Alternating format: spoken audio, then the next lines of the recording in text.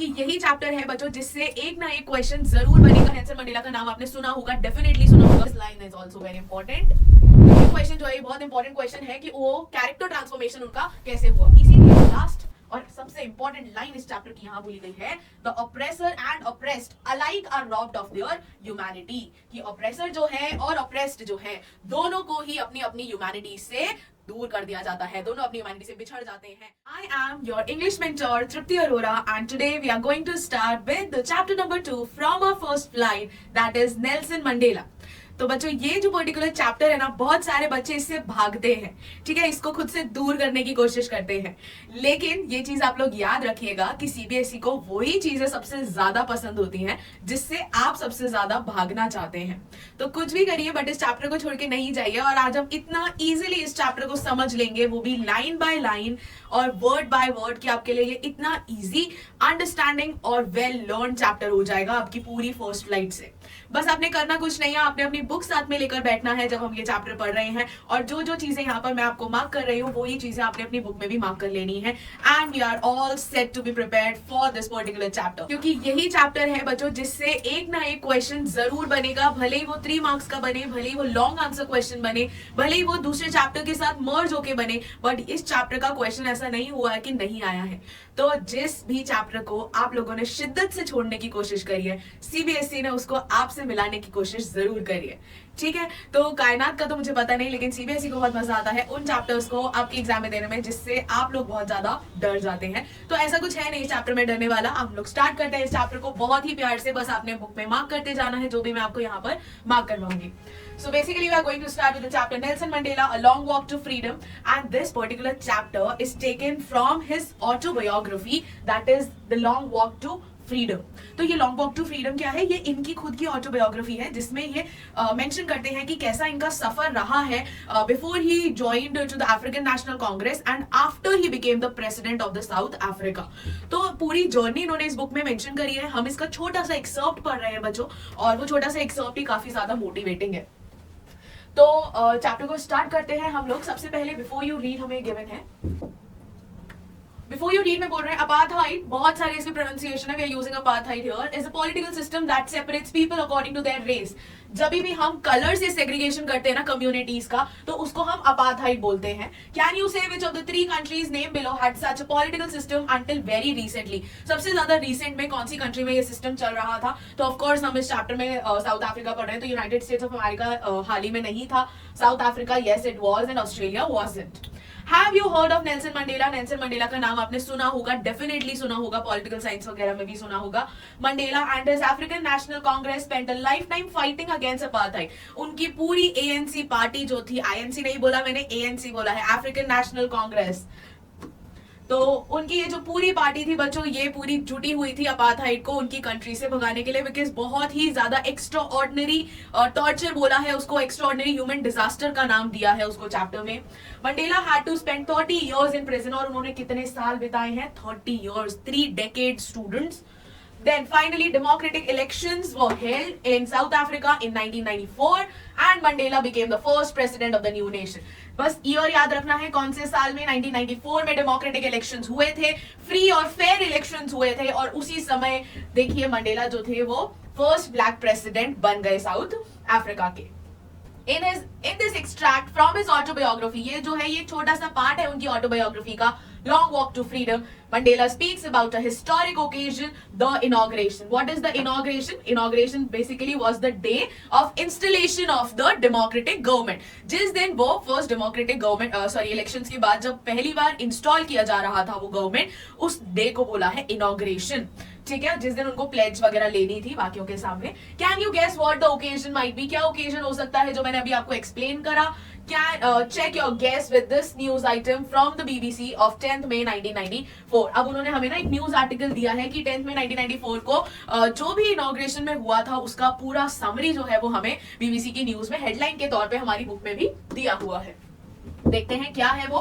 तो बोला है कि हेडिंग में आया है, Mandela becomes south Africa's first black president. अब ये जो न्यूज है, ये जो इनॉग्रेशन है उसके न्यूज के अकॉर्डिंग हमें दिया गया है पूरा पैनल हमारी बुक में। बोल रहे हैं Nelson Mandela has become South Africa's first black president after more than 3 centuries of the white rule. 3 century समझ रहे बच्चों, यानी कि हमें बोला जा रहा है 300 साल, 300 years of white rule. तो उस जो रूल, वो सिर्फ रूल नहीं था, वो एक हम बोले मोनार्की था, ठीक है. एंड वहां पर जो भी बोला जा रहा था वो हमेशा ऐसा लगता था कि ब्लैक्स के अगेंस्ट में ही है, बिकॉज उनको जो बेसिक ह्यूमन राइट्स थे वो भी नहीं दिए जा रहे थे. और इसी चीज को चैप्टर में एक्स्ट्रा ऑर्डिनरी ह्यूमन डिजास्टर का नाम भी दिया गया है. तो बोल रहे mister Mandela's African National Congress ANC party, not INC party, जो अफ्रीकन नेशनल कांग्रेस थी मंडेला ने जो ज्वाइन की हुई थी, इट वन 252 और 400 सीट्स, ठीक है. 252 सीट्स उन लोगों ने आउट ऑफ 400 उस समय पर जीती. In the first democratic election of the south Africa's history. उसके पहले फ्री एंड फेयर इलेक्शंस नहीं होते थे.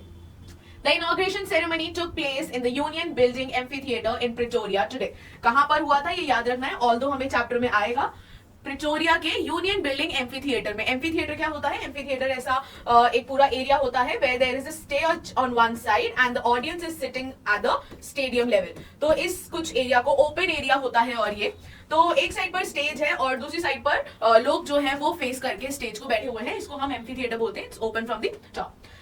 Attended by the politicians and dignitaries from more than 140 countries. और 140 कंट्री के लोग, डिग्नेटरीज, रिप्रेजेंटेटिव्स आए थे उनको कॉन्ग्रेचुलेट करने, उनका मतलब प्रोत्साहन बढ़ाने, हम बोले उनकी खुशी में खुश होने के लिए वो आए थे वहां पर. And then what he says, Ever never again will this beautiful land experience the oppression of one by another. कि मंडेला बोल रहे कि एक बार मतलब इससे आगे कभी ऐसा नहीं होगा, मैं ऐसा कभी नहीं होने दूंगा कि एक कम्युनिटी दूसरी कम्युनिटी को ऑप्रेस कर रही है या दूसरी पे हावी पड़ रही है, कभी नहीं होने दूंगा. अब ऐसा नहीं है कि डेमोक्रेटिक इलेक्शंस हो गए तो अब ब्लैक और व्हाइट जो है वो मतलब ब्लैक सुपीरियर हो जाएंगे और व्हाइट्स जो है वो इंफीरियर माने जाएंगे और उन्हीं के अगेंस्ट सारे रूल्स बनेंगे. नहीं, दोनों के दोनों जो है वो इक्वली प्लेस्ड होंगे, दोनों के राइट सेम होंगे और दोनों को इक्वल बेनिफिट्स और प्रिविलेजेस मिलेंगे. Said Nelson Mandela in his address. Jubilant scenes on the streets of the Pretoria followed the ceremony with the blacks, whites and colored celebrating together. Colored इसीलिए बोला है because there were people of all hues, of all the like countrymen. They all together came and congratulated each other and they also built each other's confidence. तो बहुत ही बढ़िया. जुबिलेंट का मतलब होता है बहुत ही खुशी से, बहुत ही खुश नजारे जो थे, बहुत ही एक सेलिब्रेशन वाले नजारे पूरे एरिया में प्रिटोरिया के दिख रहे थे. More than 1 lakh South African men, women and children of all races sang and danced with joy. सभी लोग बहुत ही अच्छे से गाना गा रहे थे, नाच रहे थे और बहुत ही खुश दिख रहे थे. So this was the news that came after the inauguration was done.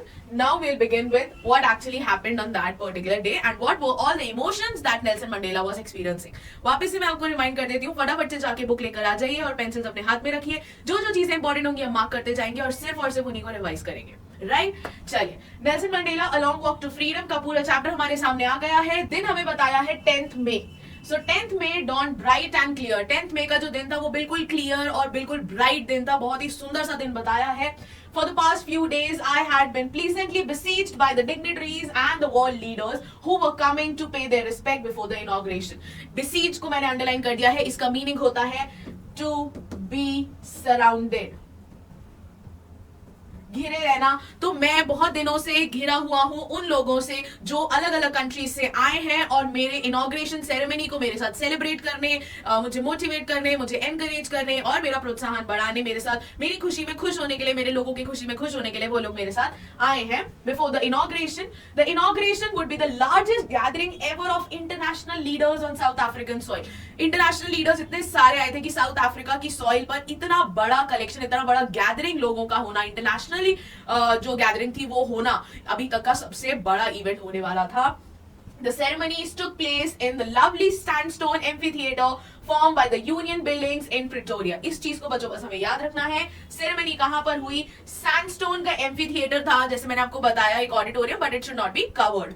तो सैंडस्टोन का एम्फीथिएटर था form by the union building in Pretoria. जगह का नाम हमने याद रखना है. प्रिटोरिया में ये इनॉग्रेशन हुआ था.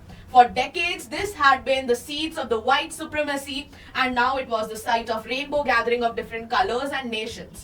अभी तक बोल रहे हैं सिर्फ white supremacy होती थी, सिर्फ whites जो होते थे वो इन राजगद्दियों पे बैठा करते थे और हम सभी पे राज करते थे, हम सभी को ऑप्रेस करते थे, राज नहीं करते थे बेसिकली. तो बोल रहे हैं कि लेकिन अब कैसी हो गई है, अब हो गई है रेनबो गैदरिंग। रेनबो गैदरिंग मतलब अलग अलग कलर के लोग हैं, अब अलग अलग कलर के, ऐसे नहीं नीले पीले काले लोग हैं, वहां पर जो कलर्स हैं वो हर एक डस्की कलर का भी है कोई, तो अलग अलग कंट्रीज के लोग आए हुए थे, अलग अलग ह्यूज के लोग होते हैं अलग अलग कंट्री के, ऑफ कोर्स कुछ डस्टी होंगे, कुछ थोड़े से ज्यादा लाइक कुछ बहुत बिल्कुल ब्लॉन्ड होंगे, कुछ थोड़े से पिंकिश होंगे, तो अलग अलग कलर के जो लोग थे वो वहां पर असेंबल हुए थे for the installation ceremony of the South Africa's first democratic non-racial government. अब कोई भी रेसिज्म नहीं होने वाला था, इसीलिए बोला है डेमोक्रेटिक नॉन रेशियल गवर्नमेंट। कोई भी आंसर आप लोग सप्लाई करेंगे एग्जाम में, आपने यही लिखना है, डेमोक्रेटिक नॉन रेशियल गवर्नमेंट। याद कर लीजिए इस चीज को। On that lovely autumn day बोला है, क्वेश्चन में भी पूछा है why is 10th May defined as the autumn में, मतलब autumn season, तो हमें क्यों बताया गया है? फर्स्ट दो रीजन हो सकते हैं बच्चों। फर्स्ट पॉसिबल रीजन ये है क्योंकि साउथ अफ्रीका जो है वो लाई करता है सदर्न हेमिस्फीयर पे, so first reason is that, तो वहां पर जो सीजन है वो 2 months प्रायर आ जाएंगे, तो वहां पर मई में ऑटम होगा। Second, autumn defines the, autumn का दूसरा नाम क्या होता है? It's the fall season. So basically it was the fall of the white supremacy and the rise of the democratic non-racial government. I did not use the term the rise of the blacks or the rise of the black community. No, it was the rise of the non-racial democratic government. Yes. Then I was accompanied by my daughter Zenani. उनकी बेटी के साथ वो जा रहे थे stage की तरफ। On the podium, Mr. De Klerk was sworn as the second deputy president. जैसा हमारे यहाँ होता है second deputy, then first deputy, then the president. तो उसी तरह से जो सेकंड डेप्यूटी थे मिस्टर दे क्लर्क, उन्होंने पहले अपना ओथ सेरेमनी कंप्लीट करा। Then Thabo Mbeki was sworn as a first deputy president, and when it was my turn I pledged to obey and uphold the constitution and to devote myself to the well-being of the republic and its people. जब मेरी बारी आई तो मैंने अपने आप को कसम दिलाई कि मैं यहाँ के लोगों की परवाह में अपना पूरा जीवन झोंक दूंगा, आजीवन उनकी वेलबींग का ध्यान रखूंगा, उनको सर्व करते हुए भी अपना जीवन निकाल दूंगा। Okay, then To the assembled guests, वहां पर जितने भी लोग असेंबल हुए थे and the watching world, पूरा दुनिया जो देख रही थी टेलीविजन एंड ऑल के थ्रू भी, I said today all of us do, कि आज हम सब अपनी मर्जी से by our presence here यहाँ पर एकत्रित हुए हैं, प्रेजेंट हुए हैं, to confer the glory and hope to the newborn liberty. Confer means to give. Okay, तो हम ग्लोरी देने के लिए यानी शान बढ़ाने के लिए, that means to give, शान बढ़ाने के लिए और होप बनाने के लिए, बढ़ाने के लिए ये जो न्यू बॉर्न लिबर्टी है, लिबर्टी बोलते हैं बच्चों फ्रीडम को, तो ये जो नई फ्रीडम हमने गेन करी है इसका मतलब इसको देने के लिए, एक दूसरे को इसका कंग्रेचुलेट करने के लिए हम यहाँ पर एकत्रित हुए हैं, गैदर हुए हैं। Out of the experience of N extraordinary human disaster, इसका क्वेश्चन भी है आपकी ओरल कॉम्प्रिहेंशन चेक में, what is the extraordinary human disaster Mandela talks about in his speech. तो अपने एड्रेस में वो एक्स्ट्राऑर्डिनरी ह्यूमन डिजास्टर किसको बोल रहे हैं? This is very important. ये बोल रहे हैं जो भी व्हाइट ऑपरेशन, जो भी व्हाइट ऑपरेशन कर रहे थे, जो भी व्हाइट रूल के अंडर इन लोगों को सहना पड़ रहा था, ऑपरेस होना पड़ रहा था, उसको एक्स्ट्राऑर्डिनरी ह्यूमन डिजास्टर बोला है। क्यों? क्योंकि they were even curtailed of the basic human rights. क्या पढ़ना है, कहाँ जाना है, किस एरिया में रहना है, किस एरिया में नहीं जा सकते, किस स्कूल में नहीं जा सकते, कौन सा बुक नहीं पढ़ सकते, ये सब व्हाइट सुप्रीमेसी, मतलब ये सब जो था ये व्हाइट्स डिसाइड कर रहे थे and they did not have a से इन दैट। इन लोगों से कुछ भी पूछा नहीं जाता था, तो इनको बेसिक ह्यूमन राइट्स से भी कर्टेल किया जा रहा था and that is called the extraordinary human disaster. मैं यहां पर लिख भी देती हूं, curtailing them of basic human rights. Okay, तो इनके जो बेसिक राइट्स थे वो भी इनसे छीन लिए जाते थे। That had lasted too long, जो बहुत लंबे समय तक इन लोगों ने झेल लिया था। But after this must be born a society of which all humanity will be proud. But इसके बाद एक ऐसी दुनिया सजाएंगे जिससे पूरी इंसानियत जो है वो प्राउड फील करेगी, शान फील करेगी उस पर, यानी हमें इतने अच्छे से एक दूसरे का साथ देना है, एक दूसरे के साथ रहना है। We who were outlaws, outlaws किसको बोलते हैं? जिनको लॉ के बाहर कर दिया जाता है, यानी उनके ऊपर लॉ एप्लीकेबल नहीं है, उनके ऊपर सिर्फ और सिर्फ जो है जो बोल दिया गया है व्हाइट रूल के अंडर, जो भी हम बोल सकते हैं जो भी बोल दिया गया है या जो भी ऑर्डर पास कर दिया गया है उनके लिए, उनसे पूछा नहीं जाएगा। They do not have a से इन दैट, और वहां पर सिर्फ और सिर्फ जो रूल, जो रेगुलेशन, जो रिस्ट्रिक्शंस उन पर इंपोज कर दिए गए हैं, they have to follow it. तो बोल रहे हैं कि हम लोग जो थे, हम अभी तक आउटलॉज थे, हमें कोई सहारा नहीं था हमारे पास लॉ का, हम कोई राइट अपना मांगने के लिए, जस्टिफिएबल राइट मांगने के लिए भी स्टैंड नहीं ले सकते थे। नॉट सो लॉन्ग अगो, कुछ ज्यादा समय नहीं हुआ है हमें अभी लॉ में एंटर हुए ही, have today been given the rare privilege to be host to the nation. आज हमें ये यूनिक सा, ये रेयर सा प्रिविलेज मिला है, बेनिफिट मिला है कि अब हम इस पूरे नेशन को चला सकते हैं अपने अगेंस्ट। जो भी हमने फेस किया है हम उस चीज को पूरी तरह से हर किसी के लिए मिटा सकते हैं। Of the world on our own soil. We thank all of our distinguished international guests for having come to take possession with the people of our country of what is after all a common victory for justice. कि मैं thank you बोलता हूँ उन सभी लोगों को जो है एकत्रित हुए हैं कि वो हमारी कम्युनिटी के साथ हम सभी की कॉमन विक्ट्री को सेलिब्रेट करने हमारे साथ जुड़े हैं। For piece, for human dignity, जो अभी तक ह्यूमन डिग्निटी हमने खो दी थी उस सबको हम वापस पाएंगे। We have at last achieved a political emancipation. Emancipation बोलते हैं बच्चों अपलिफ्टमेंट ऑफ रिस्ट्रिक्शन। ओके, हम बोले जैसे रिस्ट्रिक्ट जो अननेसेसरी बाउंडेशंस थी, अननेसेसरी रिस्ट्रिक्शंस थे, अब वो सब के सब क्या हो गई थी, हट चुके थे, खत्म हो चुके थे। We pledge ourselves to liberate all our people from the continuing bondage of poverty, deprivation, suffering, gender and other discrimination. हम पूरी तरह से लिबरेट करते हैं सारे ही लोगों को कि वो गरीबी, डिप्राइवेशन, कोई भी डिस्क्रिमिनेशन, किसी भी तरह का डिस्क्रिमिनेशन वो फेस कर रहे हैं, अब आगे से उनको कुछ भी फेस नहीं करना पड़ेगा और वो सब एक दूसरे के लिए इक्वल होंगे। Never, never and never again shall it be that this beautiful land will again experience the oppression of one by another. मैं ऐसा कभी नहीं होने दूंगा कि ये लैंड वापस से एक से दूसरा कम्युनिटी ऑप्रेस हो। ना ब्लैक व्हाइट को ऑप्रेस कर पाएंगे, ना कभी व्हाइट दोबारा से ब्लैक को ऑप्रेस कर पाएंगे। The sun shall never set on so glorious a human achievement. This line is very important and this line is very dear to me as well. कि इतना सुंदर सन कभी नहीं चमकेगा, इतना ग्लोरियस सन कभी नहीं चमकेगा कि इससे ज्यादा अच्छी ह्यूमन अचीवमेंट हमने पाई हो। यानी ये हमारे लिए सबसे बड़ी ह्यूमन अचीवमेंट होनी चाहिए। ठीक है, लेट फ्रीडम रेन। रेन का मतलब होता है रूल। सो फ्रीडम को बिल्कुल रूल करने दो, घूमने दो खुले आसमान में। God bless Africa. बस इसके बाद उन्होंने अपनी स्पीच जो थी वो खत्म कर दी है। बट किस तरह के इमोशंस वो फील कर रहे थे वो हमें आगे बताते हैं। ये कुछ ओरल कॉम्प्रिहेंशन चेक है बच्चों। ये वही क्वेश्चंस है जो मैंने अभी अभी आपको पढ़ाते दौरान समझाए हैं और इनके आंसर्स भी समझाए हैं कि सेरेमनीज कहां पर हुई, 10th में ऑटम क्यों था, एक्स्ट्राऑर्डिनरी ह्यूमन डिजास्टर क्या है, और मंडेला ने इंटरनेशनल लीडर्स को थैंक यू क्यों बोला, क्योंकि वो उनका साथ देने के लिए वहां पर आए। And what ideals does he set out for the future of South Africa, that he will not let the other person और the other community oppress the next one. ठीक है, तो he was basically step to the point that he has to run the democratic and the non racial government. उसके बाद हम आगे बात कर लेते हैं उनके फीलिंग्स क्या क्या थे या क्या क्या हुआ वहां पर इनॉग्रेशन के दौरान। बोल रहे a few moments later, थोड़ी देर बाद we all lifted our eyes in awe as a spectacular array of the South African jets, helicopters and troop carriers roared in the perfect formation over the Union building. थोड़ी देर बाद south Africa के ऊपर से बहुत सारे helicopters, jets and troop carriers जो थे उन्होंने बहुत ही वंडरफुल डिस्प्ले दिखाया। किस चीज का? It was not only a display of the pin point precision. ऐसा नहीं था कि वो एक पर्टिकुलर चीज बताना चाहते थे but and military forces, but एक डेमोन्स्ट्रेशन था कि मिलिट्री की लॉयल्टी अब पूरी की पूरी किसके साथ है, डेमोक्रेसी के साथ है। Earlier what used to happen, जब मिलिट्री जो थी वो अंडर व्हाइट सुप्रीमेसी उसको गवर्न कर रहा था, तो जैसा उनको बोला जाता था, if they were asked to kill anybody to prove a single idea, they used to kill. But अब मंडेला के सामने जब उन्होंने ओथ सेरेमनी खत्म करी, उनके सामने मिलिट्री जो थी वो अपना प्रदर्शन दिखा रही थी, ये दिखाने के लिए कि ये उनकी तरफ से एक प्लेज है, उनकी लॉयल्टी प्रूव करने के लिए टुवर्ड्स द डेमोक्रेटिक गवर्नमेंट, कि अब वो उनके अगेंस्ट में नहीं है, वो उनकी गवर्नमेंट को पूरा सपोर्ट कर रहे हैं।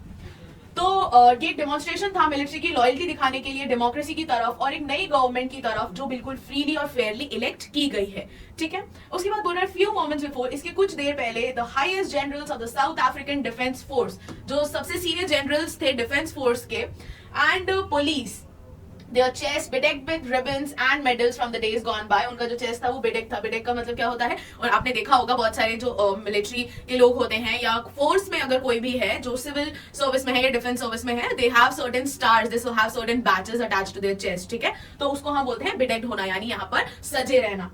तो उनका जो चेस्ट था वो बेडेक था बहुत सारे रिबन से और मेडल से, जो भी 5 दिनों में उन्हें अचीवमेंट गेन करे हैं उसकी वजह से। They also saluted me and pledge their loyalty, वो भी आए मेरे सामने और अपनी लॉयल्टी प्लेज करके गए कि वो इस पूरी गवर्नमेंट के डेमोक्रेटिक गवर्नमेंट के साथ रहेंगे।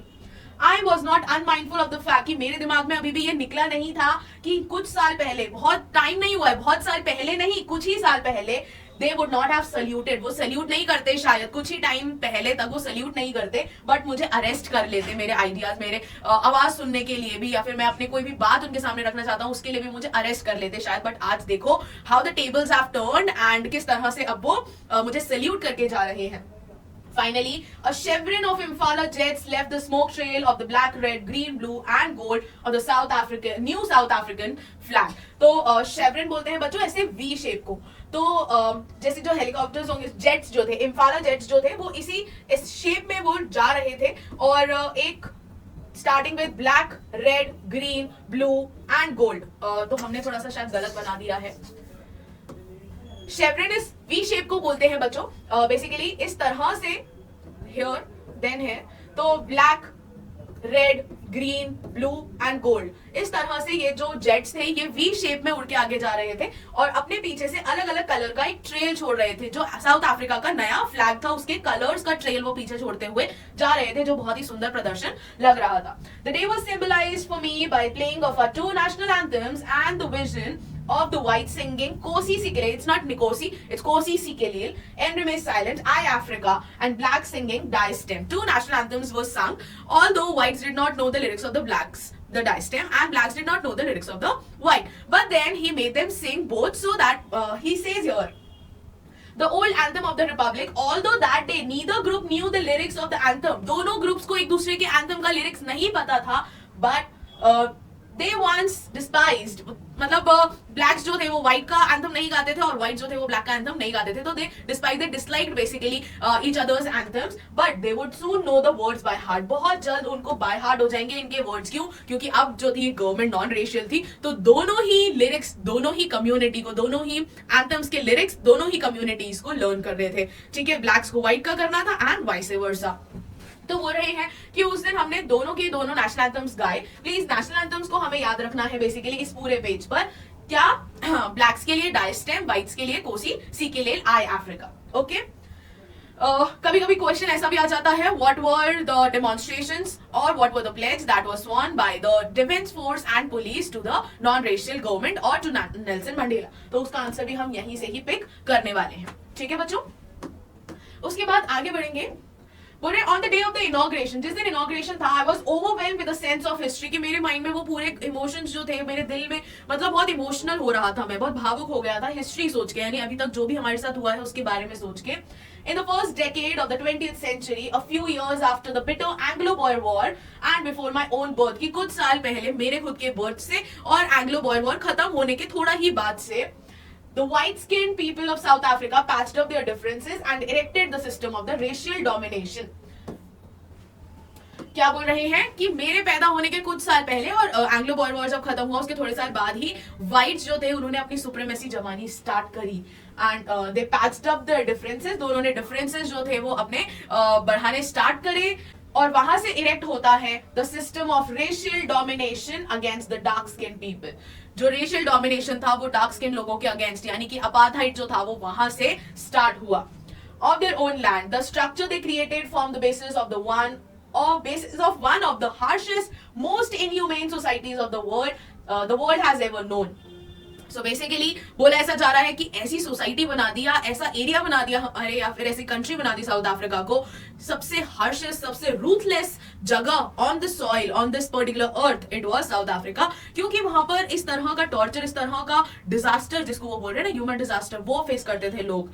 तो बोल रहे हैं कि एक ऐसा स्ट्रक्चर क्रिएट कर दिया जो सबसे हार्शेस्ट, सबसे इनह्यूमन, यानी कि इंसानियत की कोई गुंजाइश नहीं थी लोगों में, ऐसा सोसाइटी क्रिएट कर दिया अपार्थाइड ने। ठीक है, तो यहाँ पर बात किसकी कर रहे हैं? बात अपार्थाइड की कर रहे हैं। Now in the last decade of the 20th century, अब जो लास्ट डेकेड था 20th सेंचुरी का एंड उनका खुद का 8th decade as a man, यानी वो 80 इयर्स के ऑलमोस्ट हो चुके थे उस समय पर, that system had overturn forever. मैंने वो पूरा सिस्टम खत्म कर दिया है और एक ऐसे सिस्टम से रिप्लेस कर दिया है by one that recognise the rights and freedoms of all the people regardless of the colour of their skin. सभी लोगों को इक्वली ट्रीट किया जाएगा, किसी का स्किन कलर देखकर उनके साथ भेदभाव नहीं होगा। That day had come about through the unimaginable sacrifices of thousands of my people. तो ये दिन आया तो है, लेकिन thousands of my people यहाँ पर किसको बोला है? The blacks. Thousands of blacks had to sacrifice their life to prove one single idea, and that idea was freedom, that idea was equality. तो जो आइडिया उन्होंने जो अपने हक के लिए मांगना चाहा वो भी उनको ढंग से नहीं मिला, तो उनके लिए लोगों को सैक्रिफाइस करना पड़ा अपना पूरा पूरा जिंदगी. People who suffering and courage can never be counted और रिपेड. ऐसे लोगों की क्या सफर करा उन्होंने, क्या करेज था उनके अंदर कि अपनी लाइफ सैक्रिफाइस करने के लिए तैयार हो गए बाकियों को फ्रीडम दिलाने के लिए. इसको ना कभी भी रिपे किया जा सकता है और ना ही हम इसको कभी भी काउंट कर सकते हैं कि कितना बड़ा होगा वो sacrifice. I felt that day, उस दिन मुझे फील हुआ, as I have on so many other days, जो बाकी दिनों पर भी होता है कभी कभी, that I was simply the sum of all those African patriots who had gone before me. कि मैं उन सभी का ही सम हूं. I was simply the sum of those. ये इंपॉर्टेंट है लाइन, बच्चों अंडरलाइन कर लीजिएगा कि मैं सम हूं उन सारे अफ्रीकन पेट्रियट्स का जो मुझसे पहले चले गए हैं, यानी जिन्होंने भी अभी तक अपनी लाइफ सैक्रिफाइस करी है. मैं उन सभी के लिए यहाँ पर खड़ा हूं और जो वो चाहते थे, जिस आइडिया को वो प्रूव करना चाहते थे, उस आइडिया को मैं अपने लोगों को दूंगा और उसी इक्वालिटी पे फंक्शन करूंगा जिस इक्वालिटी को जीने के लिए, जिस इक्वालिटी को पाने के लिए उन्होंने अपनी पूरी लाइफ गिव अप कर दिया, उन्होंने पूरी लाइफ सैक्रिफाइस कर दी है. ठीक है, तो बोल रहे हैं कि मैं उन्हीं का ही एक सम हूं, यानी अब उन्हीं के आइडिया पे मुझे फंक्शन करना है और उन्हीं के आइडिया को जीने के लिए, लोगों को देने के लिए मैं आके खड़ा हुआ हूं. That long and noble line ended and now began again with me. वो खत्म हो गया उन लोगों के सैक्रिफाइस, उनके लाइफ के खत्म होने के साथ, और अब वो स्टार्ट होगा वापस से वो आइडिया मेरे आगे, जब मैं प्रेसिडेंट बन जाऊंगा और वो सभी चीजें, वो सभी क्या बोलते हैं, राइट्स, इक्वालिटी, सभी डिग्निटी, ह्यूमन डिग्निटी जो बेसिक होता है इंसान को रहने जीने के लिए, वो सब मैं लोगों को प्रोवाइड करूंगा. I was pained that I was not able to thank them. मुझे इस चीज का बुरा लगा कि मैं क्यों इन लोगों को थैंक यू नहीं बोल सकता उस जीत के लिए जो उस दिन मैंने पाई. And that they were not able to see what their sacrifices had brought. Brought means to bring.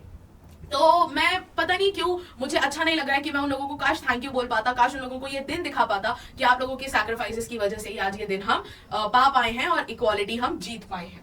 ठीक है, उसके बाद बच्चों आगे बोल रहे हैं, The policy of apartheid created a deep and lasting wound in my country and my people. कि ये जो apartheid का सिस्टम था ना, बहुत ही गहरा इम्पैक्ट छोड़ के गया, बहुत गहरा घाव छोड़ के गया है. wound is घाव, किस दोनों के ऊपर, मेरी कंट्री के ऊपर भी और मेरे लोगों के ऊपर भी, यानी मेरी कम्युनिटी के ऊपर भी. All of us will spend many years if not generation, हमें बहुत साल लगेंगे, चलो generations नहीं बट साल तो बहुत सारे लगेंगे, recovering from that profound hurt. Profound बोलते हैं बच्चों डीप को. तो इतनी गहरी हमें चोट लगी है कि हमें उतना ही ज्यादा समय लगेगा उस गहरी चोट को भरने के लिए. But the decades of oppression and brutality had another unintended effect, that was that it produced the Oliver Tambos, the Walter Sisulu, the Chief Lutherist, the Yusuf Dados, the Bram Fishers, the Robert Sobukvis. तो ये वो नाम है, ये 6 names वो name है जिनका वो जिक्र करते हैं चैप्टर में बच्चों, कि इन्हीं की वजह से, इन्होंने ही वो सैक्रिफाइसेस किए और इन्हीं की वजह से, इनकी लड़ाइयों की, जैसे हम इंडिया में महात्मा गांधी, भगत सिंह, इन सबको याद करते हैं, उसी तरह से हम लोग इस चैप्टर में इन 6 लोगों का नाम याद कर रहे हैं जिनको हम मार्टियर्स बोल रहे हैं साउथ अफ्रीकन सॉइल का.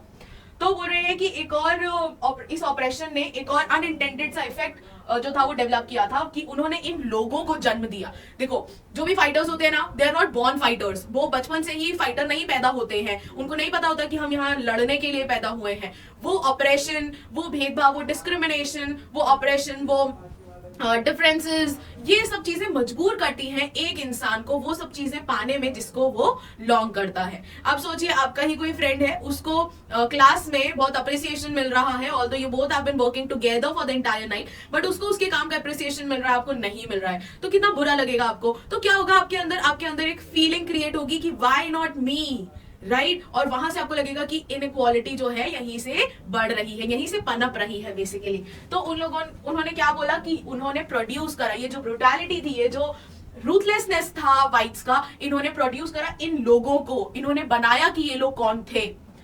Men of such extraordinary courage, wisdom and generosity that their like may never be known again. क्या बोल रहे हैं कि ऐसे आदमी जिनका उन्होंने 6 जनों का नाम लिया, ऐसे आदमी तभी बनकर आएंगे जब उनके ऊपर इतना ज्यादा ऑपरेशन किया जाएगा, और इनके जैसे लोग इतने ज्यादा करेजियस, इतने ज्यादा समझदार और इतने ज्यादा जेनरस, यानी कि बहुत पोलाइट या हम्बल लोग जो है वो दोबारा देखने के लिए नहीं मिलेंगे. दैट देयर लाइक का मतलब इनके जैसे दोबारा शायद हम नहीं देख पाए या जान पाए. Perhaps it requires such depth of oppression to create such height of character. ये इंपॉर्टेंट लाइन है बच्चों, depth of operation creates height of character. ये क्वेश्चन आ सकता है और पीछे लिखा आएगा इल्यूसिडेट, elaborate, comment, explain.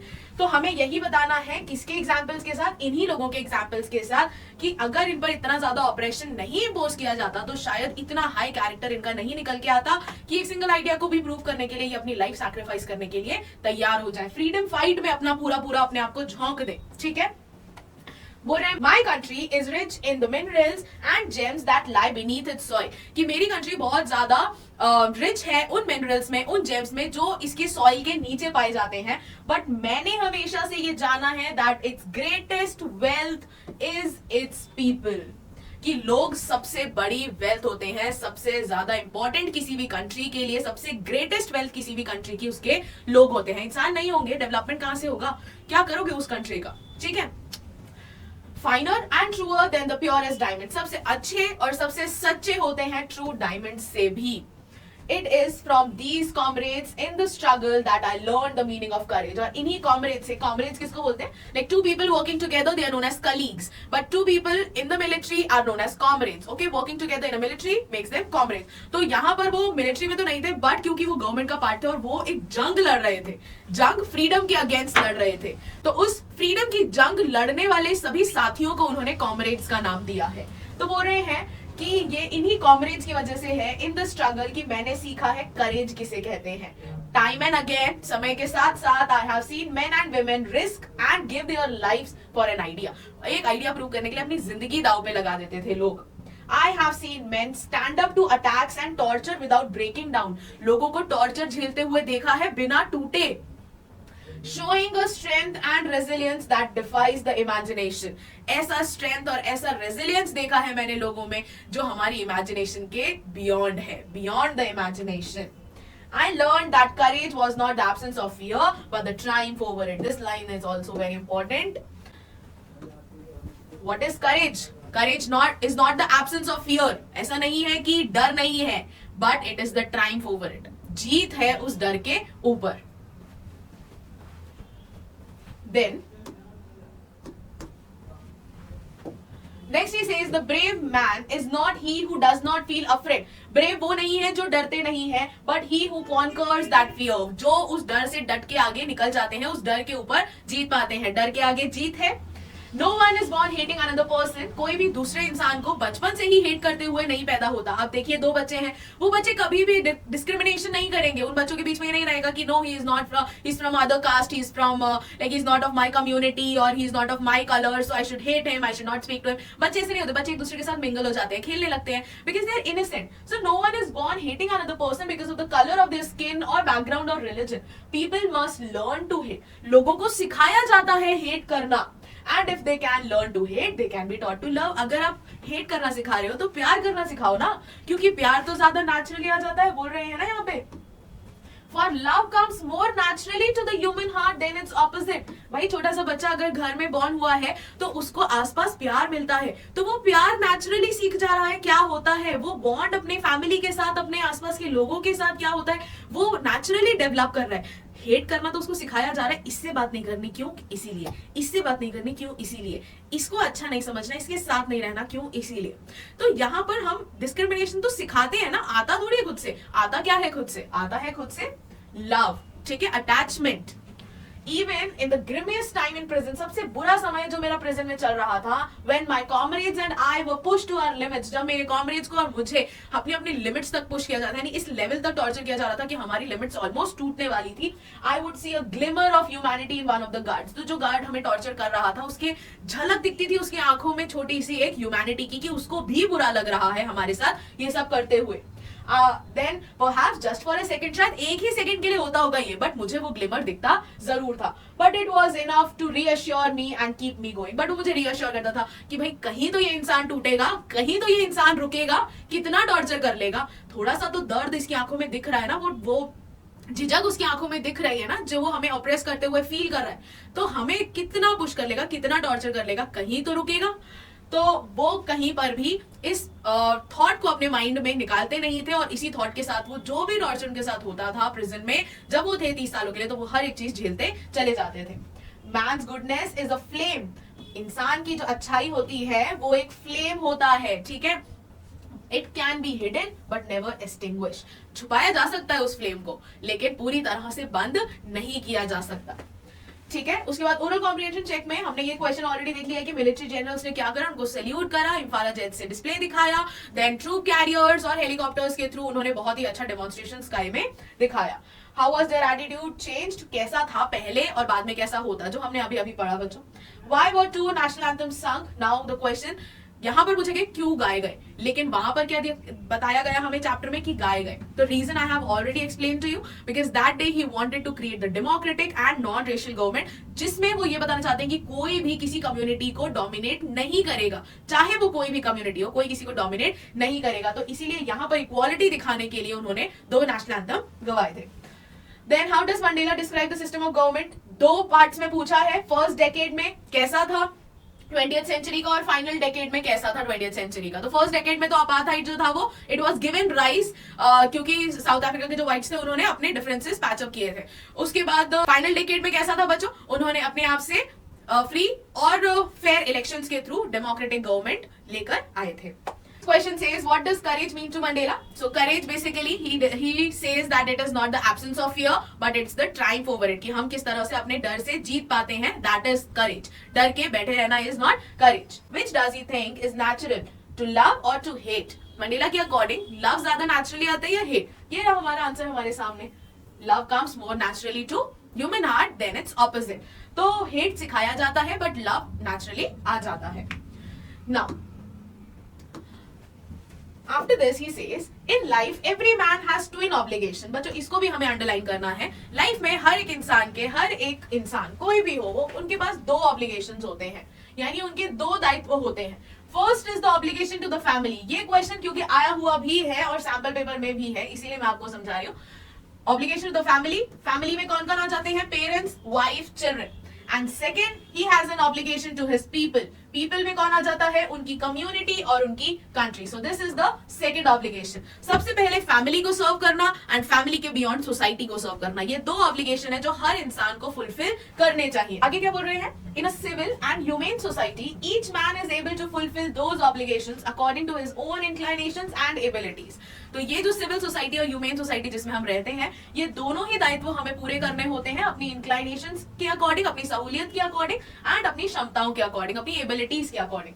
But in a country like South Africa, it was almost impossible for a man of my birth means my community, जो भी blacks में पैदा हुआ है, जो भी मेरी community में born हुआ है, उनके लिए बहुत difficult हो जाता था, color में born हुआ है, इन obligations को fulfill करना, क्योंकि हमें रोका जाता था बहुत सारी चीजों से, बहुत सारे rights हमसे छीन लिए जाते थे। In South Africa, a man of the color who attempted to live as a human being, हमारे कलर का कोई इंसान as a इंसान अगर जीने की कोशिश करता था, he was punished and isolated, उसको isolate कर दिया जाता था, अकेले बंद करके रख दिया जाता था। In South Africa, a man who tried to fulfill his duty to his people was inevitably ripped off from his family. Inevitably means unavoidably, बिना किसी मतलब गुंजाइश के उसको अपने लोगों से अलग कर दिया जाता था, अपनी फैमिली से अलग कर दिया जाता था। Basically he was ripped off from his family and his home and was forced to live a life apart. अलग उनको एक जिंदगी जीनी पड़ती थी और वो भी आइसोलेशन में।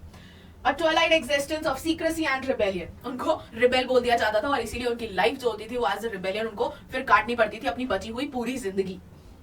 I did not in the beginning choose to place my people above my family. शुरुआत में तो मुझे सोसाइटी से बहुत ज्यादा मतलब नहीं था, मैं लोगों के लिए बहुत ज्यादा कंसर्न नहीं था, मैं अपनी फैमिली के लिए ज्यादा कंसर्न था। But in attempting to serve my people, I found that I was prevented from fulfilling my obligation as a son, a brother and a father and a husband. But जब मैं actual में सर्व करने लगा ना अपनी family को, तो मुझे ये रियलाइज हुआ कि मुझे तो जो बेसिक नीड्स है ना मेरी फैमिली को देने के लिए, मैं उनकी बेसिक नीड्स को भी फुलफिल नहीं कर पा रहा हूँ। तो लोगों को तो छोड़ो, क्या सर्व करूंगा, कंट्री को तो मैं क्या सर्व कर पाऊंगा, मैं अपनी फैमिली तक को सर्व नहीं कर पा रहा था। I was not born with a hunger to be free. मेरे अंदर वो भूख की चाह स्टार्टिंग से नहीं थी। I was born free. मैं अपने आप को फ्री मानता था जब मैं पैदा हुआ था। तो मेरे आसपास, क्योंकि छोटे बच्चे के लिए तो क्या बाउंडेशंस होते हैं, वो घर के बाहर खेल ले, अपनी मर्जी से खाना खा ले, अपनी मर्जी से पानी पी ले, अपनी मर्जी से whatever he wants to do he can do on his own. तो उनको वहां पर कोई भी राइट से कर्टेल नहीं किया जाता था। तो he says I was born free, free in every way. जो मुझे पता था हर तरीका, मैं उसमें फ्री था। Free to run in the fields near my mother's hut, हर फील्ड में दौड़ना भागना अपनी माँ की झोपड़ी के आसपास। फ्री स्विम करने के लिए क्लियर स्ट्रीम्स में that run through my village, जो मेरी विलेज से निकल के जाते थे। Free to roast mealies under the stars and ride the broad backs of the slow moving bulls. यानी मेरे आसपास के एरिया में अगर मुझे कुछ करना होता था तो मुझे उसके लिए परमिशन नहीं चाहिए होती थी, क्योंकि वो बेसिक चीजें मेरे घर के आसपास हो रही थी और वो मुझे करने दिया जाता था। बट जैसे ही उनको अपनी लाइन से बाहर निकलना था तब उन्हें पता चला, बॉयहुड में वो बताते हैं, आगे वो बताएंगे, अभी तो वो बोल रहे हैं as long as I obeyed my father, जब तक मैंने अपने पापा को ओबे किया, उनके द्वारा जो भी रिस्ट्रिक्शंस पुट किए गए थे उनको माना, उसके बाद and abided by the customs of my tribe, जो भी कस्टम मेरे ट्राइब के लिए बनाए गए थे उनको अबाइड करा, उनको फॉलो किया। I was not troubled by the laws of the man or god, ना भगवान ने मुझे परेशान किया, ना जो मैन ने, जो ये व्हाइट सुप्रीमेसी में बने थे लॉज, इन्होंने मुझे परेशान किया। बट जैसे मैंने अपने राइट्स को मांगना स्टार्ट किया वैसे ही परेशानियां स्टार्ट हो गई। उसके बाद क्या बोल रहे हैं, It was only when I began to learn that my boyhood freedom was an illusion, when I discovered as a young man that my freedom had already been taken from me. भाई boyhood is teenage. तो मेरे teenage में मुझे ये realize हुआ कि भाई मेरी जो फ्रीडम थी वो तो बचपन से ही मुझसे ले ली गई थी। तो बॉयहुड फ्रीडम यहाँ पर उन्होंने किसको बोला है, दोस्तों के साथ कहीं भी चले जाना, कुछ भी रीड करना, किसी जगह पर चले जाना, बट उनको रिस्ट्रिक्शन था वहां पे जाने का, कोई बुक पढ़ लेना, किसी इंस्टीट्यूशन में एडमिशन पाना, तो ये सब इच्छाएं वो रोक कर रखते थे या फिर उनको नहीं पूरी करने दी जाती थी उनकी ये सारी विशेष, just because you belong to a particular community. So he discovered as a young man कि उनका फ्रीडम जो था, it had already been taken from me, कि वो तो मुझसे ले ही लिया गया था बचपन से ही, मेरे पास तो कभी फ्रीडम था ही नहीं। That I began to hunger for it, और उस समय पर मेरी भूख फ्रीडम को लेकर पैदा हुई। At first, as a student, I wanted freedom only for myself. जब वो टीनेज में होते हैं ना तो ऐसा लगता है कि बस मुझे फ्रीडम चाहिए, मुझे सोसाइटी से क्या लेना देना। तो वो खुश थे उन ट्रांजिटरी फ्रीडम से। इसका क्वेश्चन है आगे, what is the transitory and the permanent freedom that Mandela talks about. तो ट्रांजिटरी फ्रीडम क्या थी, of being able to stay out at night, की रात में जितनी देर मेरी मर्जी होती देर मुझे बाहर रहने दिया जाए, रीड व्हाट आई प्लीज, मेरे को जहां जो रीड करना है मेरे को वो करने दिया जाए, गो वेयर आई चूज, मेरी मर्जी की जगह पे मुझे जाने दिया जाए। But later as a young man, जब मैं बड़ा हुआ in Johannesburg, I yearned for the basic and honourable freedom of achieving my potential. I yearned is longed, मैं बहुत, मेरी इच्छा थी कि मुझे मेरे बेसिक फ्रीडम तो दिए जाए of what achieving my potential, जितना मेरे अंदर कैपेबिलिटी है मेरे को वो तो अचीव करने दो, मेरे कैलिबर का तो मुझे काम करने दो, मुझे वहां तक पहुंचने तो दो, ऑफ अर्निंग माई कीप, अपनी मर्जी का कमाने तो दो। तो ये बेसिक फ्रीडम थी जो उनको नहीं मिल रही थी, of marrying end of having a family, अपनी मर्जी से किसी से शादी करनी है, अपनी मर्जी से फैमिली जो है वो बिल्ड करनी है, बट वो नहीं करने दिया जा रहा था। The freedom not to be obstructed in the lawful life, मेरी लॉफुल लाइफ, मेरी जो फैमिली लाइफ थी उसमें तो मुझे रिस्ट्रिक्ट ना किया जाए, उसमें तो जो भी रिस्ट्रिक्शंस है वो लॉज पे बाहर से लगे, मेरी फैमिली पे क्यों लगे। But then I slowly saw that not only I was not free, क्या फिर मुझे धीरे धीरे रियलाइज हुआ कि सिर्फ मेरे साथ नहीं हो रहा है ये, बट मेरे भाई बंधु, मेरे बहन जो भी मेरे कम्युनिटी के हैं, मेरे कलर के हैं, वो फ्री नहीं थे। I saw that it was not just my freedom that was curtailed, सिर्फ मेरी फ्रीडम कर्टेल नहीं हुई थी, मेरी फ्रीडम पे बंदिशें नहीं लगी थी, but the freedom of everyone who looked like I did. But मेरे जैसे कलर के हर इंसान के ऊपर ये रिस्ट्रिक्शन थी। That is when I joined the African National Congress, that is the ANC party. And that is when the hunger for my own freedom became the greater hunger for the freedom of my people. कि खुद को freedom दिलाने के लिए, खुद को free feel कराने के लिए मुझे मेरे लोगों को भी फ्री कराना पड़ेगा, तभी मैं अपने बेसिक राइट्स को फील कर पाऊंगा या उनका एडवांटेज ले पाऊंगा। It was this desire for freedom of my people to live their lives with dignity, कि मेरे कम्युनिटी सारे लोग डिग्निफाइड लाइफ जिए, सेल्फ रिस्पेक्ट से जिए, और self respect that animated my life, जिससे मेरी लाइफ जो थी वो एनिमेट हुई, यानी चेंज हुई, ट्रांसफॉर्म हुई। That transformed a frightened young man, these lines are very very important here. Transformed a, कैसे ट्रांसफॉर्म हुए, initially he was a frightened young man, एक डरे हुए आदमी को एक बोल्ड आदमी में चेंज करा। That drove a law abiding attorney to become a criminal. वो बेसिक चीजें करने लगे, ऐसा नहीं मारधाड़ स्टार्ट कर दी, वो बेसिक चीजें करने लगे जो उनको अलाउड नहीं था, और जो भी उनके लॉ के अगेंस्ट था वो क्रिमिनल बन जाते थे उसको करके। तो he became a criminal that turned a family loving husband to a man without a home, एक होमलेस मैन बन गए, and that forced a life loving man, जो जिंदगी को जीते थे खुल के, जिंदगी से प्यार करते थे, अब वो कौन बन गए, वो एक मंक वाली जिंदगी जीने लगे। तो ये क्वेश्चन जो है बहुत इंपॉर्टेंट क्वेश्चन है कि वो कैरेक्टर ट्रांसफॉर्मेशन उनका कैसे हुआ। तो जब भी कैरेक्टर ट्रांसफॉर्मेशन की बात आएगी बच्चों, हम ये पूरा डिफाइन करेंगे as it is. So this is character transformation, ठीक है। तो मतलब खुल के जीने वाला इंसान, फैमिली से प्यार करने वाला इंसान, हर तरीके से फैमिली के लिए और लाइफ के लिए थैंकफुल होने वाला इंसान, हर चीज के लिए ग्रैटिट्यूड दिखाने वाला इंसान एक पूरी तरह से ऐसे जीने लगा जैसे कि वो होमलेस है, वो एक मंक है और उसकी कोई फैमिली नहीं है. So this was the basic character transformation और these lines are very very important. Second important क्या था इस पेज पे बच्चों? Transitory freedom versus permanent freedom. Transitory freedom जो उनको चाहिए थी अपने बॉयहुड में, टीनेज में, कि मेरी मर्जी का खाऊं, मेरी मर्जी के दोस्तों के साथ घूमूं, मेरी मर्जी की जगहों पे जाऊं. और permanent freedom, the entire freedom for like freedom for himself and his people. जो बेसिक राइट्स उनको फॉलो नहीं करने दिया जाता था, बेसिक राइट्स उनको दिए नहीं जाते थे यूज करने के लिए, उन सारे का एडवांटेज लेना वाज हिज परमानेंट फ्रीडम. ठीक है. उसके बाद नेक्स्ट बोल रहे हैं, I am no more virtuous और self sacrificing than the next man. But I found that I could not even enjoy the poor and limited freedoms I was allowed to when I knew my people were not free. कि ऐसा नहीं है कि मैं बहुत ज्यादा virtuous हूँ, मैं बहुत ज्यादा वर्चुअस और बहुत ज्यादा सेल्फ सैक्रिफाइंग नहीं हूँ. जितना मैं सैक्रिफाइस कर रहा हूँ उतना ही मेरे साथ वाले सभी लोग कर रहे हैं. बट बेसिक राइट्स तो हमें कहीं ना कहीं, बेसिक प्रिविलेजेस तो हमें कहीं ना कहीं मिले, बेसिक राइट्स तो हमें कहीं ना कहीं मिले. और मेरे लोगों पे बंदिशें डालना यानी कि मुझ पे बंदिशें डालना. तो बोल रहे हैं कि आई was not allowed the limited freedom to enjoy the limited freedom. Freedom is indivisible. This is important. क्या बोल रहे हैं? Freedom is indivisible. यानी हम freedom को divide नहीं कर सकते. The chains on any one of my people were the chains on all of them. किसी एक को किसी एक चीज के लिए पाबंदी लगाओगे तो वो तो सब पे ही लगेगी, पूरी कम्युनिटी के लिए ही है फिर वो तो. I knew and the chains on all my people were the chains on me. और जब सभी लोगों पे वो चेन डलेगी तो वो मुझ पे भी डलेगी. तो कोई भी एक इंसान अगर कोई भी चीज को झेल रहा है, बियर कर रहा है, यानी कि वो सभी को ही करना पड़ेगा उस पर्टिकुलर कम्युनिटी के. I knew that the oppressor must be liberated just as surely as the oppressed. कि ऑप्रेसर को भी लिबरेट करो ना भाई. जो टॉर्चर कर रहा है वो खुद भी तो बंदिशों में है, उसको कौन सा मजा आ रहा है, ही इज ऑल्सो प्रेशराइज्ड. तो ऑप्रेसर को भी फ्री छोड़ना बहुत जरूरी है जितना कि ऑप्रेस्ड को छोड़ना है. A man who takes away another man's freedom is a prisoner of hatred. एक इंसान जो दूसरे इंसान की फ्रीडम छीनता है वो प्रिजनर होता है, कैदी होता है हेट्रेड का. He is locked behind the bars of prejudice. Prejudice is basically, we'll say, a dislike that developed for a particular person, a particular community that has no basic grounds. Okay, it could be color, it could be community, it could be caste, but there is no particular reason, no particular ground for discrimination. तो prejudice उनके अंदर भर देना, narrow mindedness उनके अंदर डाल देना, उनके जो सोच है उसको इतना छोटा कर देना कि these people should not be free, these people should not like practice the basic rights.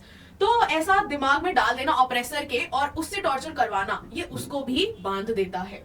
I am not truly free if I am taking away someone else's freedom. कि मैं खुद कैसे फ्री हूँ अगर मैं किसी और की फ्रीडम छीन रही हूँ. मैं इसीलिए छीन रही हूँ ना क्योंकि मेरे ऊपर भी प्रेशर है, तो मैं खुद भी तो बंधी हुई हूँ वो चीज करने के लिए.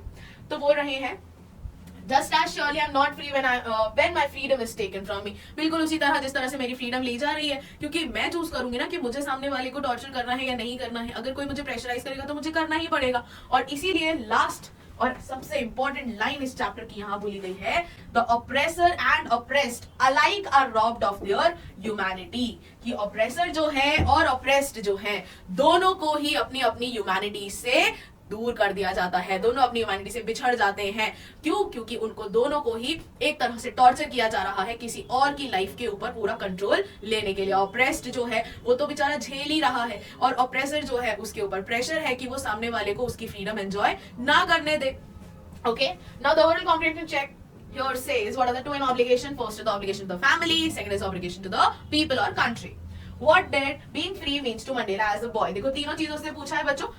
बचपन में as a boy वो फ्री ही थे, he was born free, ठीक है, क्योंकि बचपन में उनको he had to run around the fields, run around the hut, वो सब वो कर लेते थे. Then as a student उनको बुरा लगने लगा जब वो as अपने बॉयहुड में बेसिक फ्रीडम नहीं एंजॉय कर पा रहे थे. और ये वाला जो क्वेश्चन है ये बहुत इंपॉर्टेंट है. How does he contrast these transitory freedoms with the basic and honourable freedom. तो basic and honourable freedom is the freedom that this is the freedom fight. Permanent freedom जो उनको चाहिए थी और ट्रांजिटरी फ्रीडम जो उनको अपने बॉयहुड में चाहिए थी. मर्जी से घूमना, मर्जी से घर जाना, मर्जी की पढ़ाई करना, मर्जी से शादी करना. ठीक है. Does Mandela think the oppressor is free? ये रहा हमारा answer. The oppressor and the oppressed are not free. They alike are robbed of their. I knew that the oppressor must be liberated just as surely as the oppressed, because he is a prisoner of hatred. He is also being held captivated. उसको भी तो रखा जा रहा है ना जानबूझ के कि वो oppressed को torture करे. तो बेसिकली यहाँ पर क्या बोला कि oppressor free है, oppressor free नहीं है. और इन्हीं 4 लाइनों से हमें अपना आंसर जस्टिफाई करना है. ओके